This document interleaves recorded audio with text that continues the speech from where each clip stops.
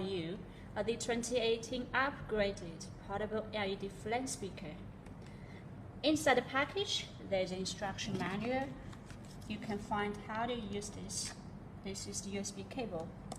Why we call this upgraded? Because the battery capacity increases from 2000 mAh to 3600 mAh, and the working time increases to 40 hours. And the controlling distance is 10 meters. Other important features are IP65 and high-definition stereo sound with enhanced bass, which enables you to experience very impressive sound effects. Also, last but not least, an important and interesting feature is that we can control 2 lamps with just 1 mobile phone. I'll show you how to do this.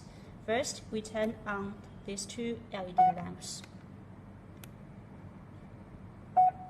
We press this pause button for 3 seconds until we hear 2 beeps. And then we take our mobile phone and connect the Bluetooth.